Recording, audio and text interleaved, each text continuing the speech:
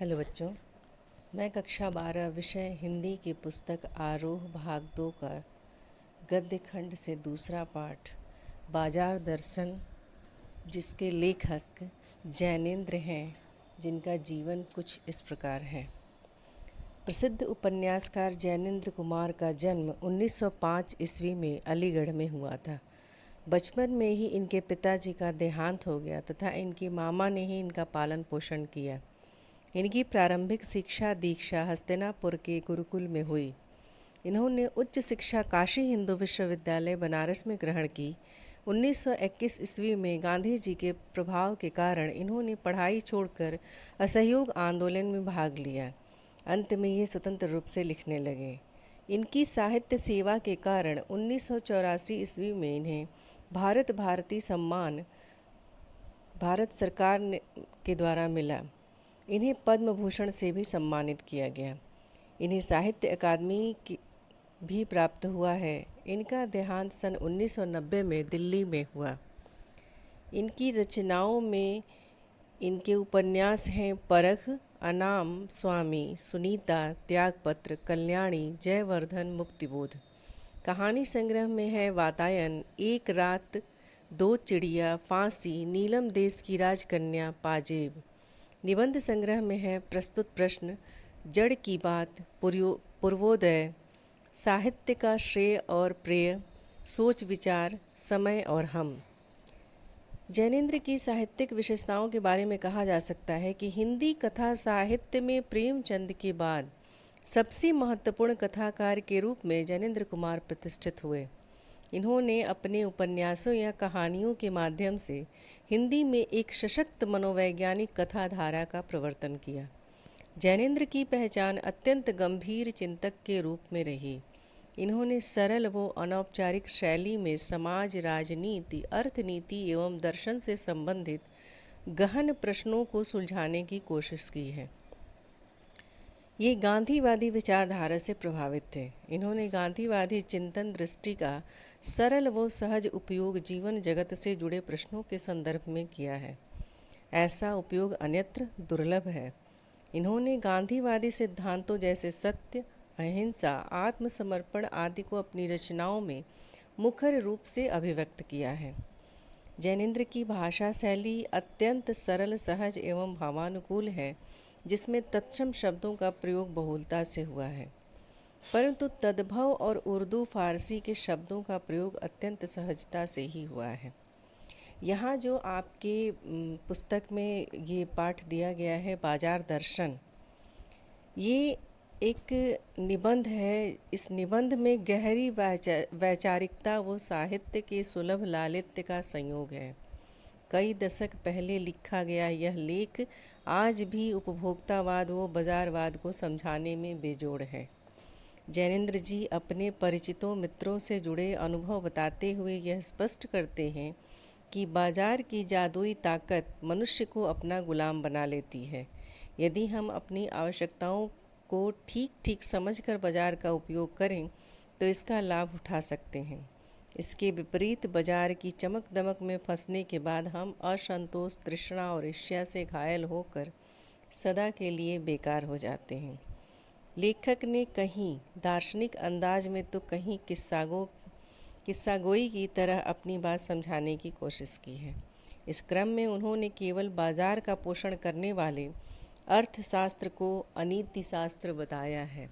इसके साथ ही मैं इस पाठ का सारांश बताऊंगी।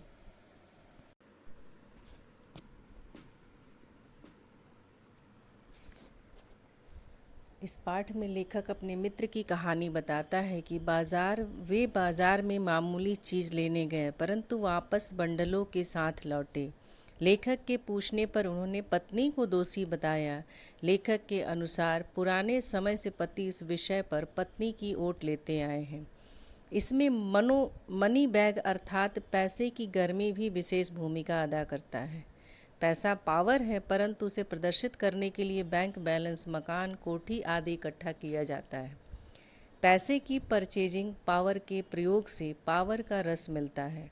लोग संयमी भी होते हैं, वे पैसे को जोड़ते रहते हैं तथा पैसे के जुड़ा होने पर स्वयं को गर्वीला महसूस करते हैं। मित्र ने बताया कि सारा पैसा खर्च हो गया। मित्र की अधिकतर खरीद परचेजिंग पावर के अनुपात में आई थी, न कि ज़रूरत। लेखक कहता है कि फालतू चीज़ की खरीद का प्रमुख कारण बाजार का आकर्षण है। मित्र ने इसे शैतान का जाल बताया है। यह ऐसा सजा होता है कि बेहया ही इस पे नहीं फंसता। बाजार अपनी रूप जाल में सबको उलझाता है। इसके आमंत्रण में आग्रह नहीं है, ऊंचे बाजार का आमंत्रण मूक होता है। यह इच्छा जगाता है, हर आदमी की चीज़ की कमी महसूस होती है। चाह और अभाव मनुष्य को पागल कर देता है। असंतोष, तृष्णा वो ईर्ष्या से मनुष्य सदा के लिए बेकार हो जाता है। लेखक का दूसरा मित्र दोपहर से पहले बाजार गया था। शाम को खाली हाथ वापस आ गया। पूछने पर बताया कि बाजार में सब कुछ लेने योग्य था, परंतु कुछ भी न ले पाया। एक वस्तु लेने का मतलब था दूसरी छोड़ देना। अगर अपनी चाह का पता नहीं तो सबकी और की चाह हमें घेर लेती है। ऐसे में कोई परिणाम नहीं होता। बाजार में रूप का जादू है। वह तभी असर करता है जब जेब भरी हो तथा मन खाली हो। यह मन वो जेब के खाली होने पर भी असर करता है। खाली मन को बाजार की चीज़ें निमंत्रण देती हैं। सब चीज़ें खरीदने का मन करता है। जादू उतरते ही फैंसी चीज़ें आराम नहीं, खलल ही डालती प्रतीत होती हैं। इससे स्वाभिमान व अभिमान बढ़ता है। जादू से बचने का एकमात्र उपाय यह है कि बाजार जाते समय मन खाली न रखो। मन में लक्ष्य हो तो बाजार आनंद देगा, वह आपसे कृतार्थ होगा। बाजार की असली कृतार्थता है आवश्यकता के समय काम आना। मन खाली रखने का मतलब मन बंद नहीं करना है। शून्य होने का अधिकार बस परमात्मा का है, जो सनातन भाव से संपूर्ण है। मनुष्य अपूर्ण है। मनुष्य इच्छाओं का निरोध नहीं कर सकता। यह लोभ को जीतता नहीं है, बल्कि लोभ की जीत है। मन को बलात् बंद करना हठयोग है। वास्तव में मनुष्य को अपनी अपूर्णता स्वीकार कर लेनी चाहिए। सच्चा कर्म सदा इस अपूर्णता की स्वीकृति के साथ होता है। अतः मन की भी सुननी चाहिए, क्योंकि यह भी उद्देश्यपूर्ण है। मनमानेपन को छूट नहीं देनी चाहिए। लेखक कहना चाहता है कि सांसारिक जीवन से विमुख नहीं होना चाहिए। बाज़ार की गिरफ्त में न आए, इसका मतलब ये नहीं कि हम संसार से अलग हो जाएं। हाँ, सांसारिक जीवन में रहते हुए ही, लेकिन अपने मन को संयमित रखें और अपनी आवश्यकताओं को समझें। लेखक के पड़ोस में भगत जी रहते थे। वे लंबे समय से चूरन बेच रहे थे। चूरन उनका सरनाम था। वे प्रतिदिन 6 आने पैसे से अधिक नहीं कमाते थे। वे अपना चूरन थोक व्यापारी को नहीं देते थे और न ही पेशगी ऑर्डर लेते थे।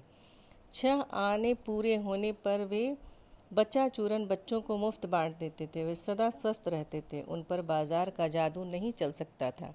वे निरक्षर थे, बड़ी बड़ी बातें जानते नहीं थे। उनका मन अडिग रहता था। पैसा भीख मांगता है कि मुझे लो। वह निर्मम व्यक्ति पैसे को अपने आहत गर्व में बिलखता ही छोड़ देता है। वो ऐसे व्यक्ति थे भगत जी की सिर्फ अपनी आवश्यकताओं को वो समझते थे। वो कभी बाजार की गिरफ्त में नहीं आए। पैसे में व्यंग शक्ति है। पैदल व्यक्ति के पास से धूल उड़ाती मोटर चली जाए तो व्यक्ति परेशान हो उठता है। वह अपने जन्म तक को कोसता है, परंतु यह व्यंग चूरन वाले व्यक्ति पर कोई असर नहीं करता। लेखक ऐसे बल के विषय में कहता है कि जब कुछ अपर जाति का तत्व है, कुछ लोग इसे आत्मिक, धार्मिक व नैतिक कहते हैं। लेखक कहता है कि जहाँ तृष्णा है, बटोर रखने की स्पृहा है, वहाँ उस बल का बीज नहीं है। संचय की तृष्णा और वैभव की चाह में व्यक्ति की निर्बलता ही प्रमाणित होती है। वह मनुष्य पर धन की और चेतन पर जड़ की विजय है। एक दिन बाजार के चौक में भगत जी वो लेखक की राम राम हुई। उनकी आंखें खुली थी। वे सबसे मिलकर बात करते हुए जा रहे थे, लेकिन वे भौचक्के नहीं थे और ना ही वे किसी प्रकार से लाचार थे।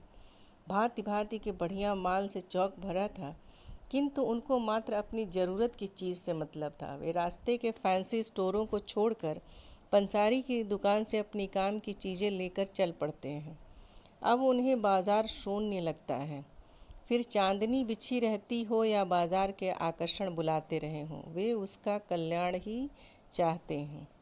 लेखक के अनुसार वो अगर अपनी आवश्यकताओं का लक्ष्य बना के बाज़ार की तरफ जाए तो वो बाज़ार के आकर्षण में नहीं फंसता। लेखक का मानना है कि बाज़ार की सार्थकता वह मनुष्य देता है जो अपनी ज़रूरत को पहचानता है। जो केवल परचेजिंग पावर के बल पर बाज़ार को व्यंग दे जाते हैं, वे न तो बाज़ार से लाभ उठा सकते हैं और न उस बाज़ार को सच्चा लाभ दे सकते हैं। वे लोग बाज़ार का बाज़ारूपन बढ़ाते हैं, ये कपट को बढ़ाते हैं जिससे सद्भाव घटता है।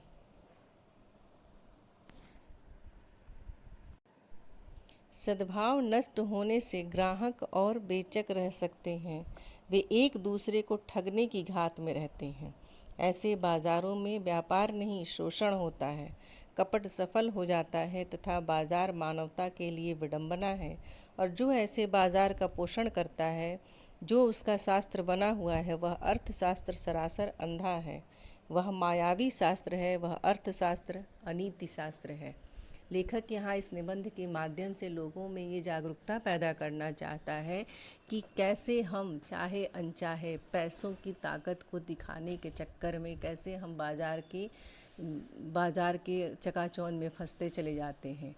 लेकिन अगर हम अपनी ज़रूरतों को, अपनी आवश्यकताओं को समझें और उसे लक्ष्य मानकर ही बाज़ार में जाएं, तो हम बाज़ार की सार्थकता को निभाते हैं, बाज़ार को भी लाभ देते हैं और स्वयं को भी देते हैं, और किसी तरह की परेशानी। समाज में ऐसे लोग कपट को बढ़ावा देते हैं जिससे सद्भाव घटता है। सद्भाव नष्ट होने से ग्राहक और बेचक रह जाते हैं, वे एक दूसरे को ठगने की घात में रहते हैं। ऐसे बाज़ारों में व्यापार नहीं शोषण होता है, कपट सफल हो जाता है तथा बाज़ार मानवता के लिए विडंबना है। और जो ऐसे बाज़ार का पोषण करता है, जो उसका शास्त्र बना हुआ है, वह अर्थशास्त्र सरासर औंधा है, वह मायावी शास्त्र है, वह अर्थशास्त्र अनीति शास्त्र है।